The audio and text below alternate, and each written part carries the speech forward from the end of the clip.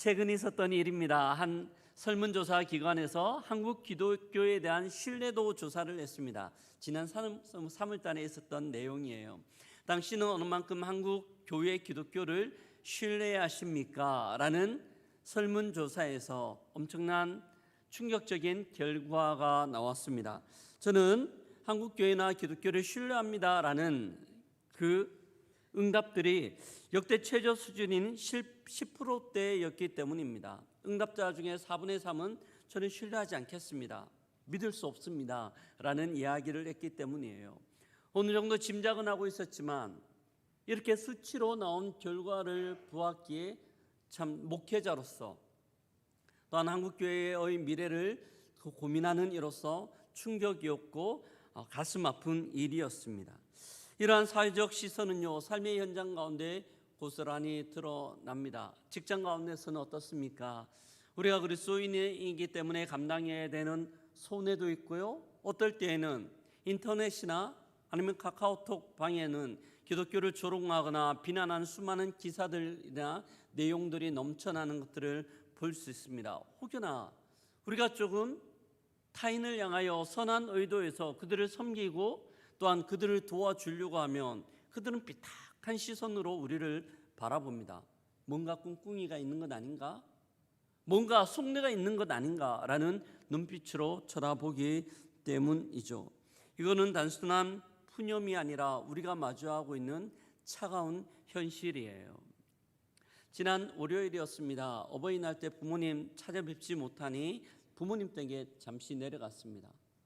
그동안 어떻게 지내셨는지 쭉 이야기하다가 아버지께서 아버지에게 일어났던 일들을 말씀해 주시는 거예요. 농사 오랫동안 지으셨고 몸이 안 좋아서요, 허리 협착 수술을 2번이나 받으셨습니다. 지금 또 그 시간 수술 받고 난 이후에 시간이 지나니 많이 불편하신 거예요. 다리를 좀 저으시면서 지내십니다. 혹여나 이것들로 인하여 장애인 등급을 좀 받을 수 있지 않을까 싶어서요, 2번 수술하였던 병원, 2번이나 담당하였던 의사를 찾아갔습니다. 여차에서 상황이 이런데 장애인 등급 받을 수 있습니까? 가능할 것 같은데요. 이런 검사를 해서 자료들을 좀 가지고 오십시오. 그러면 진행하겠습니다 라고 말씀하셨어요. 아버지는 당연히 의사의 말을 듣고 다른 병원에 가서 진료를 받고 검사를 받고 결과치를 가지고 그 병원을 다시 찾았습니다. 근데 의사가 이야기합니다. 원하는 결과들 또한 원하는 자료들을 다 주었는데 의사의 양심상 도저히 그렇게 할 수 없습니다. 그렇게 할 수 없다는 거예요. 갑자기 아버지 마음 가운데 화가 확 들었다고 이야기하셨습니다. 그렇게 할 수 없다라면 그렇게 할 수 없다라고 이야기하든지 진작 했으면 아무렇지도 않고 알겠습니다 그렇게 하셨을 건데, 된다고 하셨다가 이 결과치를 가지고 가니 그렇게 할 수 없다고 이야기하는 것이 화가 나셨던 거죠. 듣고 있던 저도 화가 났습니다. 근데 아버지가 장로님이시고 그 병원에서도 아버지가 교회 다니시고 있다는 것들을 너무나 잘 알기에 다른 이야기하지 못하고 그냥 돌아오셨다는 이야기를 하셨습니다. 만약 교회 다닌다는 것들을 밝히지 않았다라면, 아니 교회 다니지 않았다라면 항의도 할 수 있고 또한 이야기도 할 수 있음에도 불구하고 모든 것들을 안 하고 그냥 오셨다는 거죠. 우리가 세상 가운데 지나며 이런 냉소적인 반응을 만날 때 사람들은 크게 2가지로 반응을 합니다. 첫 번째는 동일하게 그들과 함께 맞짱 떠 싸우든지 아니면 구차하게 이 이야기하며 피로감을 느끼는 것보다 아예 신앙의 정체성을 숨긴 채 숨어 지내는 겁니다. 이 양극단을 사람들은 많이 선택을 합니다. 사랑하는 성도 여러분, 이런 냉소적인 시대 가운데 살아가며 우리는 어떻게 반응을 해야 할까요? 참 쉽지 않은 모습이에요. 그런데 본문은 동일한 적대적인 상황 가운데서도 전혀 다른 반응을 하는 한 인물을 우리에게 보여줍니다. 지금 스데반이 있는 상황은요, 그가 예수 그리스도 때문에 법정에 고소를 당한 상황이었고 심각한 질타와 함께 수많은 적대적인 시선이 그를 향하고 있습니다. 어쩌면 오해와 박해, 생명의 위협이 정점에 달한 순간이라고 볼 수 있습니다. 그런데 성경은 놀라운 장면을 우리에게 기록합니다. 자기를 죽이려는 자들을 향해 분노의 돌을 드는 대신, 자기를 죽이려고 하는 사람들을 향하여 분노의 돌을 드는 대신 오히려 그들을 위하여 기도하며 잠들었다라고 본문은 스데반의 모습을 우리에게 말씀해 주고 있습니다. 참 쉽지 않은, 할 수 없는 모습이에요. 어떻게 스데반은 이런 모습이 가능했을까요? 무엇이 스데반을 향하여 돌을 드는 대신 천사의 얼굴을 할 수 있도록 했을까요? 오늘 본문은 그 비결을 세 가지로 해서 우리에게 말씀해 줍니다. 이 말씀을 통하여 스데반의 모습들을 살피며 또한 우리에게 말씀하시는, 깨닫게 하시는 주의 음성을 듣는 시간 되기를 주의 이름으로 기도드립니다. 아멘. 저는 본문을 통하여서 같이 살펴보고 싶은 세 가지 원리 중 첫 번째는요, 진리 지식에 근거한 바른 이해를 가지고 있었다는 겁니다. 스데반은 성경 말씀을 깊이 이해하고 있었고 이 말씀으로 그가 무장되어 있었던 거예요. 스데반이 지금 법정에, 공회라는 법정에 고발되었는데 고발한 내용이 6장 13절에 나옵니다. 함께 같이 한번 읽어보겠습니다. 거짓 증인들을 세우니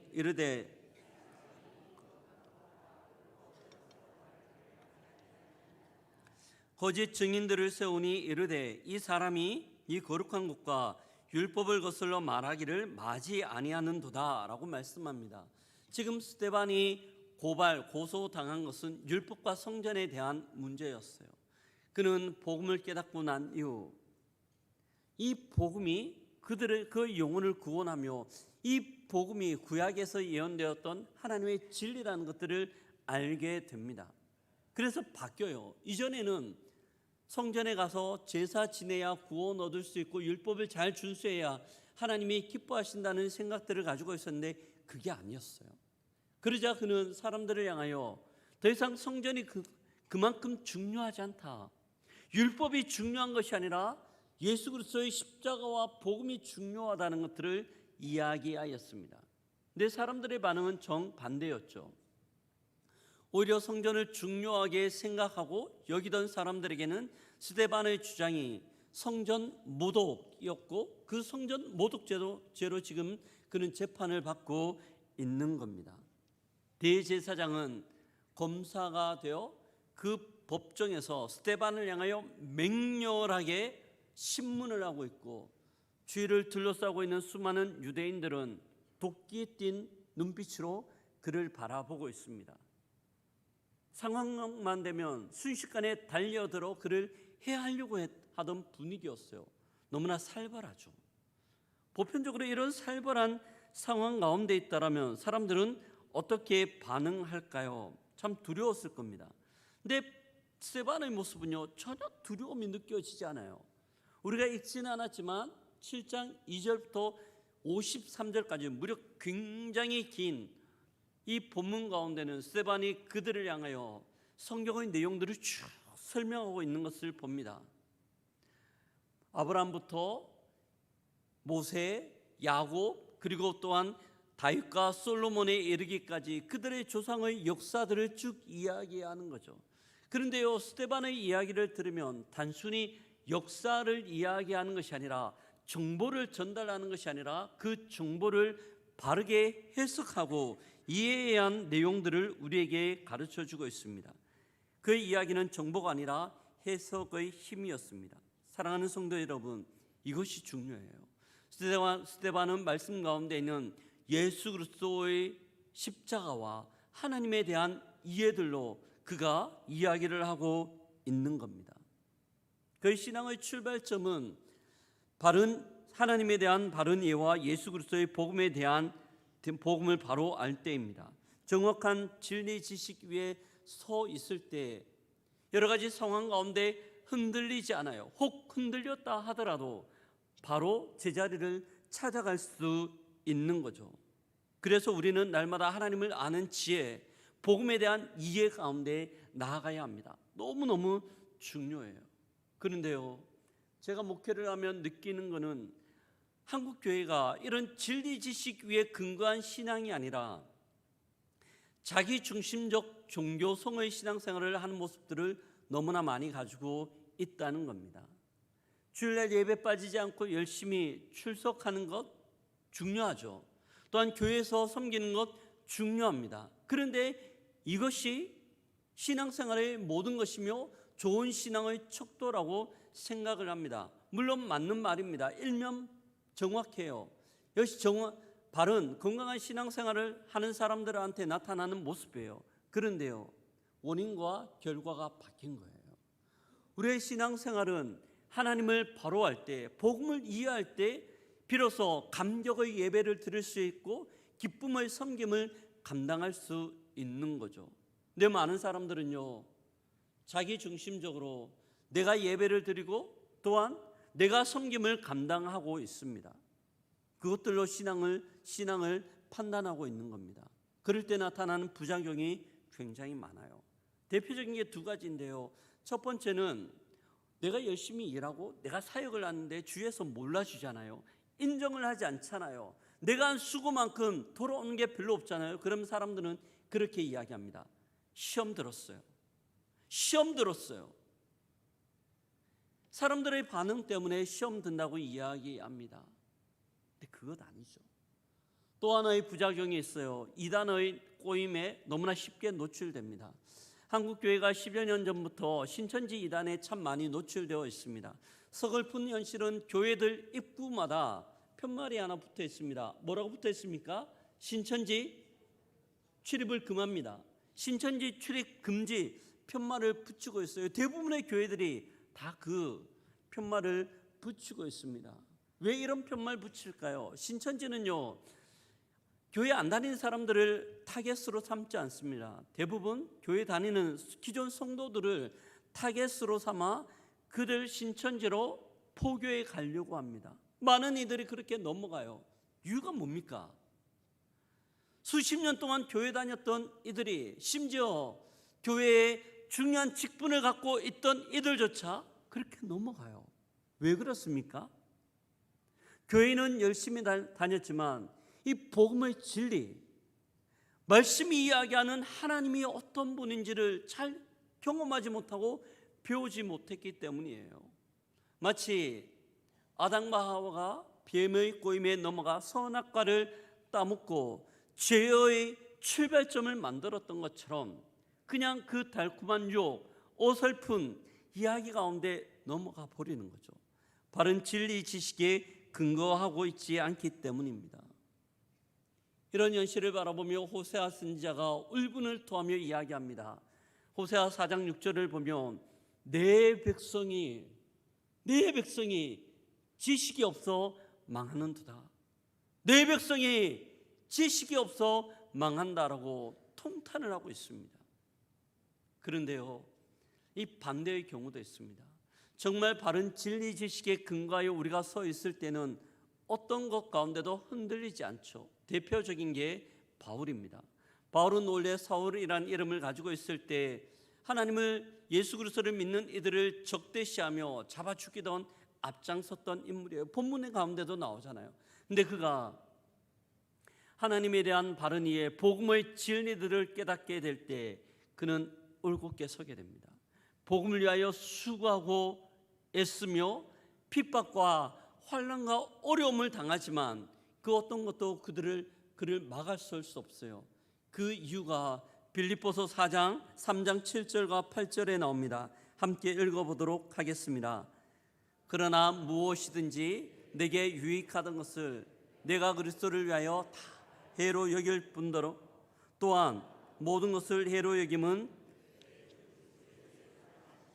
가장 고상하기 때문이라. 아멘. 그가 이렇게 할 수 있었던 이유가 뭡니까? 내 주 예수 그리스도를 아는 지식이 가장 고상하기 때문이다. 예수 그리스도 복음, 하나님을 아는 지식, 그것이 어떤 것과도 바꿀 수 없는 강력한 은혜이며 신앙의 출발점일 뿐만 아니라 기초가 됨을 우리에게 말씀하고 있습니다. 우리의 신앙이 그러해야 된다는 거죠. 저도 이 진리 가운데 수혜자입니다. 저는 5대째 신앙의 집에 태어난 모태신앙이에요. 의무적으로 주일날 출석해야 됐고, 욕먹지 않기 위하여, 야단 듣지 않기 위하여 교회에서 봉사해야 됐습니다. 예배 드리는 것, 봉사하는 것은 참 곤욕이었어요. 책임감에 의해서 그렇게 했으니까요. 근데 저희 신앙 가운데 일대 대변혁이 일어났습니다. 예전에는요, 성경을 읽으며 하지 말라고 하는 것들이, 하나님이 하지 말라고 하는 것들이 너무나 답답하게 느껴졌어요. 저를 옥죄였죠. 그런데 제가 변하고 난 이후에는요, 예전에는 하지 말라고 하는 것들이 그렇게 크게 느껴졌는데, 바뀌고 난 이후부터는 하지 말라고 하는 것이 크게 느껴지는 것이 아니라 하지 말라고 하는 것 외에는 다 할 수 있더라고요. 하지 말라고 하는 것 외에는 모든 것들이 저에게 가능하다는 것들을 발견하였습니다. 그 중심에 뭐가 있었냐 하면 하나님을 아는 은혜와 진리였습니다. 성경을 연구하고 깊이 읽어가면서 하나님이 어떤 분인지를 알 때 그 하나님이 저에게 말씀하고 가르쳐 주신 것들이 무엇인지 바르게 분별할 수 있었던 것이죠. 사랑하는 성도 여러분, 이런 은혜가 우리에게 있기를 주의 이름으로 축복합니다. 저희 변화들은요, 신앙생활이 목자 되신 주님 앞에 있는 양들이 벌판에서 뛰노는 것처럼 너무나 행복했어요. 예배 드리는 것들이 기뻤고요, 또한 섬기는 것이 행복했어요. 너무나 좋았어요. 하나님 앞에서 하나님을 아는 지식은 우리를 올가매는 쇠사슬이 아니라 우리를 춤추게 만드는 악보가 되었기 때문입니다. 이처럼 하나님을 아는 것은 너무너무 중요합니다. 사랑하는 성도 여러분, 우리의 신앙의 출발점, 근간을 어디에 두고 있습니까? 내가 중심이 된 종교성이 내 신앙의 기초입니까? 아니면 하나님을 아는 지식과 그 은혜와 복음에 대한 감격들이 우리 신앙의 기초입니까? 스데반은 우리에게 이야기합니다. 날마다 하나님을 아는 지혜 가운데 자라갈 것들을 고면하고 우리의 신앙의 기초가 기본이 무엇이어야 하는지를 도전하고 있습니다. 이런 은혜가 있기를 주의 이름으로 축복합니다. 아멘. 너무너무 중요합니다. 그런데요, 이 지식만, 바른 지식만으로는 충분하지 않아요. 오늘 본문에 보면요, 스데반은 살기등등한 돌팔매질 속에서도 전혀 요동하지 않을 수 있었던 것은 머리로 아는 지식을 넘어 그의 시선이 닿는 곳이 달랐기 때문입니다. 두 번째 원리입니다. 그의 시선은 눈에 보이는 것이 아니라 눈에 보이는 것을 넘어 있는 주님을 바라보고 있기 때문입니다. 그의 심장이 하나님을 아는 지식으로 무장되어 있었다면 그의 눈은 하나님을 바라보고 있습니다.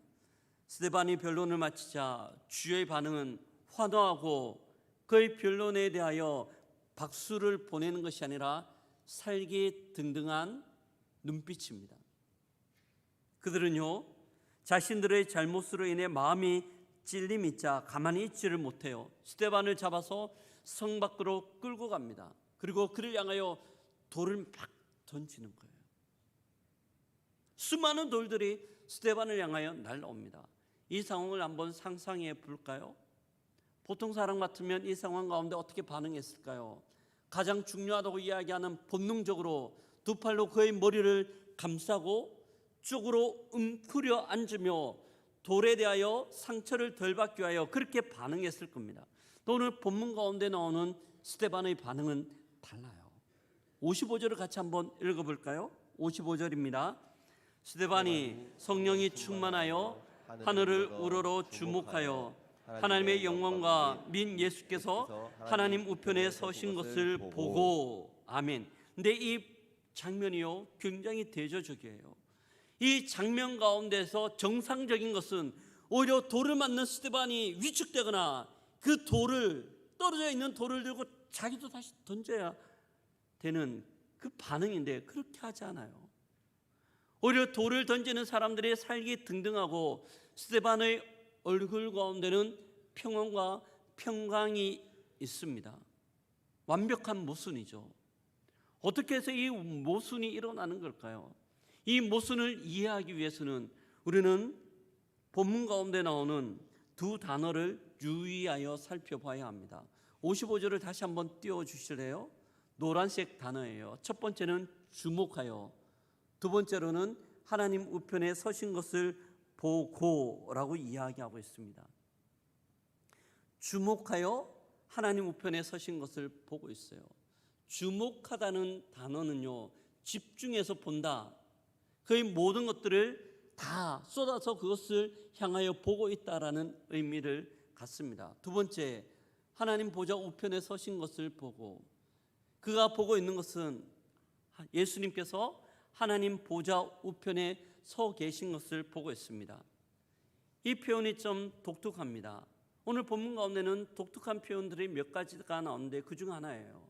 보편적으로 성경에 보면요, 하나님 보좌 우편은 예수님의 자리입니다. 근데 그 자리를 이야기할 때 대부분 그 보좌 우편에 앉아 계신 예수님을 이야기합니다. 근데 본문에 보면 예수님은 앉아 있지 않아요. 예수님은 서 계십니다. 왜 서 계실까요? 땅의 법정에서는 대제사장인 스데반을 향하여 사형을 선고하고 수많은 이들이 돌을 던져 스데반을 죽음 가운데 몰아넣고 있지만, 하늘 법정에서는 모든 평가자이신 심판자이신 주님께서 서서 스데반을 바라보고 계신 거죠. 스데반을 향하여 사랑의 눈빛, 응원의 눈빛으로 바라보고 있다는 겁니다. 스데반이 지금 보고 있는 것은 자신의 눈앞에 날아오는 돌멩이가 아니라 하늘 영광과 자리에서 벌떡 일어나 자기를 응원하시는 주님을 보고 있는 줄 믿습니다. 그의 시선은 다른 것들을 보고 있어요. 시선이 굉장히 중요하거든요. 제가 예전에 있던 교회에서 집사님들과 함께 야유회를 갔습니다. 어디를 갈까 논의하다가 제천에 있는 출렁다리, 그때 출렁다리가 참 유명했어요. 출렁다리에 가자고 이야기했습니다. 가서요, 그 출렁다리가 높은 봉우리 한 곳에서부터 다른 봉우리 두 곳을 연결하고 있고 그 밑에는 깊은 계곡이 있었습니다. 출렁다리를 건너기 위해서는요, 한참 동안 걸어서 그 봉우리까지 갔습니다. 이제 다리를 건너야 되는데 앞에서 몇 집사님이 출발했어요. 근데 한 집사님이요, 식은땀을 흘리고 있는 겁니다. 건너야 되는데 건너지를 못하고 주저하면서요, 좀 떨면서 있는 겁니다. 보니 이 집사님이 고소공포증이 있었습니다. 큰일 났습니다. 이 다리를 다 건너야 반대편으로 내려가야 그곳에 차가 있거든요. 다시 내려가기에는 내려갈 수 없는 거리였습니다.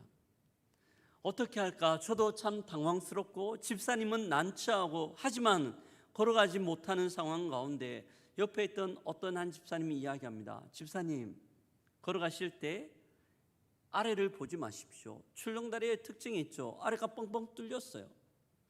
아래를 보지 마시고 그 낭떠러지를 보지 마시고 도착할 앞만 보고 가십시오. 낭떠러지를 보면 긴장해서 근육이 굳어지고 균형을 잃어버립니다. 그럼 위험합니다. 그러니 아래를 보지 말고 앞에 목표 지점만 보고 걸어가십시오 라고 이야기하는 거예요. 저도 약간 고소공포증이 있는데 저도 힘들었어요. 근데 이 집사님을 모시고 가야 되니까 옆에서 팔짱을 끼고, 집사님 앞을 보세요, 집사님 앞을 보세요, 주저하고 있을 때마다 집사님 앞을 보셔야 됩니다 이야기하며 함께 앞을 보며 한 걸음 한 걸음 그렇게 내디딜 수 있었습니다. 삶은 그렇게 해서 결국 도착점에 다 다다랐습니다. 집사님들이 기다리고 있던 집사님들이 박수를 치면서 너무 수고했다고 그렇게 격려를 하셨어요. 힘들었지만 그 길을 건널 수 있었던 것은 의도적으로 아래를 보지 않았기 때문입니다. 반대편만 바라보고 한 걸음 한 걸음 옮겼을 때 어느새 그 도착 지점에 도달해 있었습니다. 사람은요, 자신이 집중해서 바라보는 방향으로 몸을 움직인다고 이야기합니다. 아래를 보면 공포가 커지고 공포는 몸을 굳게 만들지만 목표를 바라보면 두려움 속에서 균형을 유지할 수 있습니다. 삶의 낭떠러지와 날아오는 돌만 바라보면 우리의 마음은 굳어집니다. 사람들의 비난과 또한 조롱, 현실의 두려움만 바라보면 우리의 영혼은 쉽게 굳어집니다. 하지만 스데반처럼 하나님을 바라볼 때 상황은 달라질 줄 믿습니다. 우리가 하나님을 바라볼 때 우리를 응원하시는 주님을 우리가 경험하고 그 주님 때문에 삶의 여러 가지 어려움들, 냉소적인 시대의 상황들을 지나갈 수 있는 거죠. 오늘 본문에 보면요, 아까 이야기하였던 것처럼 예수님께서 일어서서 바로 스데반을 보고 계셨습니다. 왜 예수님이 일어서 계실까요? 왜 예수님이 일어서 계실까요? 여러 신학자들이 이 본문을 해석합니다. 근데 초대교회 교부들은요, 이 본문을 해석하며 예수님께서 안타까운 마음에 일어서서 이 스데반을 향하여 응원하시며 이 스데반을 향하여 격려하고 계시다고 그렇게 이야기를 합니다. 일어서 계신 이유이죠. 사랑하는 성도 여러분, 우리가 삶에서 당면하는 그 어려움과 상황 가운데 우리 혼자 애쓰며 수고하는 것처럼 느껴지지만 그렇지 않아요. 주님이 보좌에서 일어나 우리를 응원하고 계신 줄 믿습니다. 주님이 보좌에서 일어나 야 박집사 힘을 내, 김군사 할 수 있어, 박목사 당당해 응원하고 계시는 거죠. 우리가 상황을 바라본다라면 위축되지만 그 주님을 바라볼 때 우리는 모든 고난과 어려움을 물리치고 당당히 주님 앞으로 갈 수 있을 줄 믿습니다. 그러므로 우리에게 필요한 것은요, 우리에게 중요한 것은 우리의 시선을 전환시키는 거예요. 우리의 시선, 상황을 바라보고 있던 우리의 시선을 전환하여 상황 이후에 있는 그 주님, 우리를 응원하는 그 주님을 바라보는 겁니다. 성경은 이 시선의 전환을 믿음이라고 이야기합니다. 초대교회 성도들은 이 믿음으로 당당히 자기에게 있는 모든 삶의 여정들을 살아갈 수 있었습니다. 우리가 주님을 볼 때 주님은 우리에게 소망이시며 힘이신 줄 믿습니다. 사랑하는 성도 여러분, 이것이 두 번째 비결이에요. 냉소적인 기독교에 대하여 적대적인 시대를 살아갈 수 있는 두 번째 비결입니다. 이처럼 영적 시각이 열려 하늘 영광을 주목하는 사람은요, 결코 그 자리에만 머물러 있지 않습니다. 그의 시선은 하늘을 향했다가 다시 한번 그가 속해 있는 땅으로 내려옵니다. 스데반이 보여주고 있는 모습이에요. 그는 날아오는 돌을 보지 않고 하늘 보좌 우편에서 그를 응원하신 주님을 보았습니다. 그리고 그 주님을 보던 시선들을 다시 자기를 향하여 돌을 던지는 이들을 향하고 있습니다. 그리고 그들을 향하여 기도하고 있어요. 긍휼의 마음으로 기도하는 내용이 59절과 60절입니다. 함께 읽어보겠습니다. 그들이 돌로 스데반을 치니 스데반이 부르짖어 이르되 주여시여 내 영혼을 받으시옵소서 하고 무릎을 꿇고 크게 불러 이르되 주여 이 죄를 그들에게 돌리지 마옵소서. 이 말을 하고 자니라. 전혀 뜻밖의 반응입니다.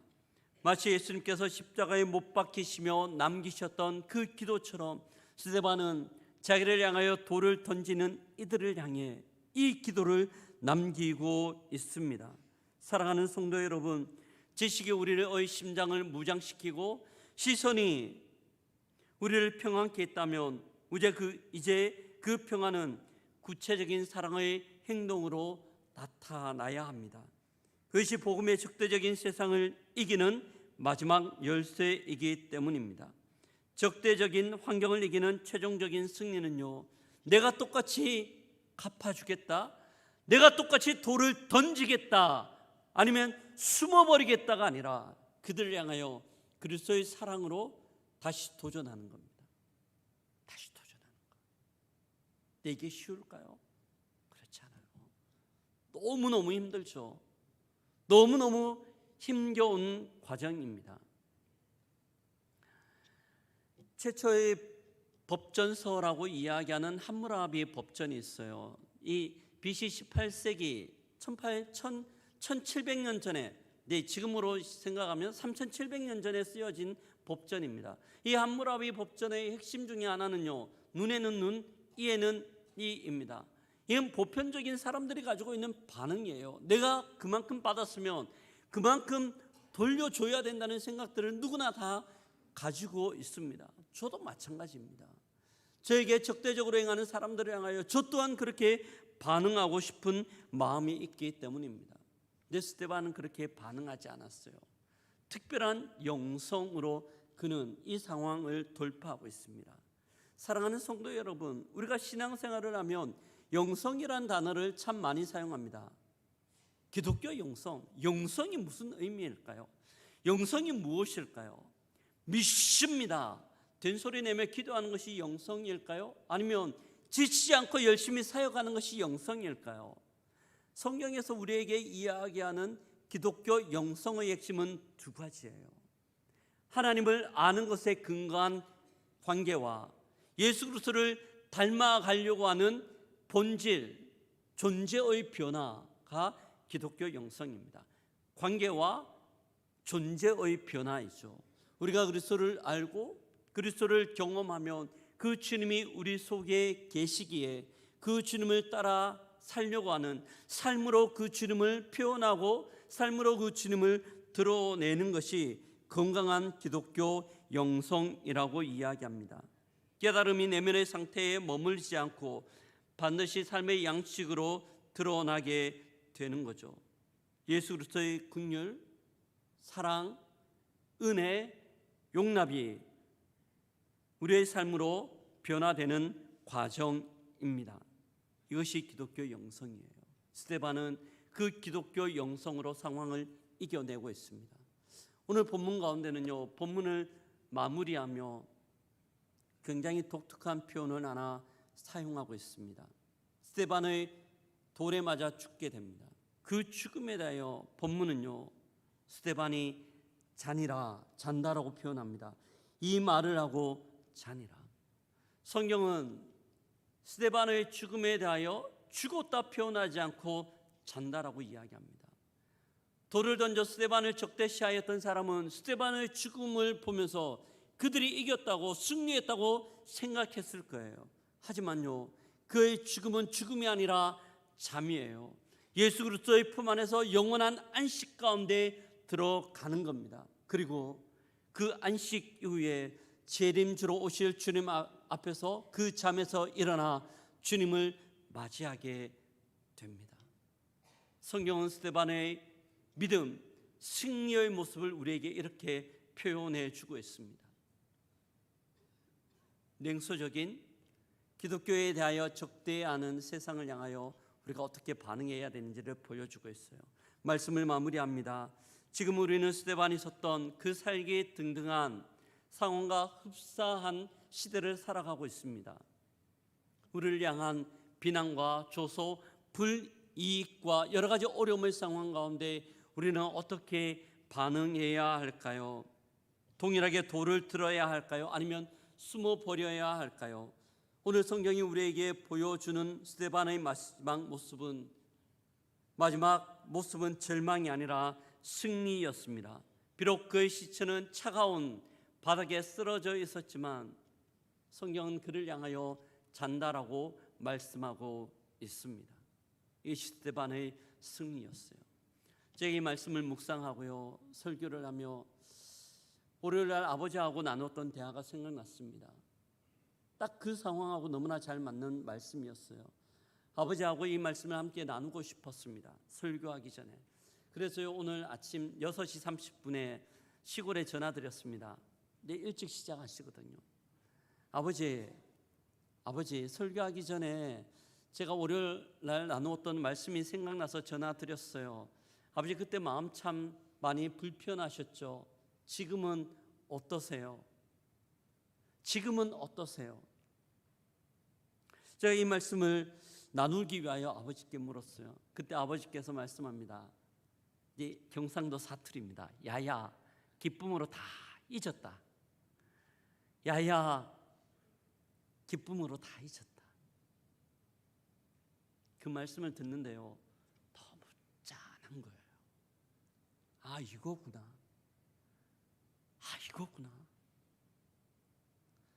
믿음으로 이 땅을 살아간다는 모습들이 바로 이거구나. 동일하게 그들을 향하여 돌팔매질을 하며 땅에 떨어진 돌을 들어 함께 싸우자고 이야기하는 것이 아니라 예수께서 우리에게 보여주신 모습들을 동일하게 표현하는 이것이 영성이며 이것이 주께서 우리에게 기대하는 모습이구나라는 생각이 들었습니다. 사랑하는 성도 여러분, 우리의 서 있는 자리 가운데 돌들이 떨어져 있습니다. 어떻게 반응하시겠습니까? 그 돌들을 향하여 우리를 조롱하는 이들 가운데 다시 한번 우리 또한 돌팔매질을 하시겠습니까? 아니면 스데반처럼 그들의 죄를 용서해 주십시오라고 기도하시겠습니까? 우리는 내일부터 다시 한번 삶의 자리로 돌아갑니다.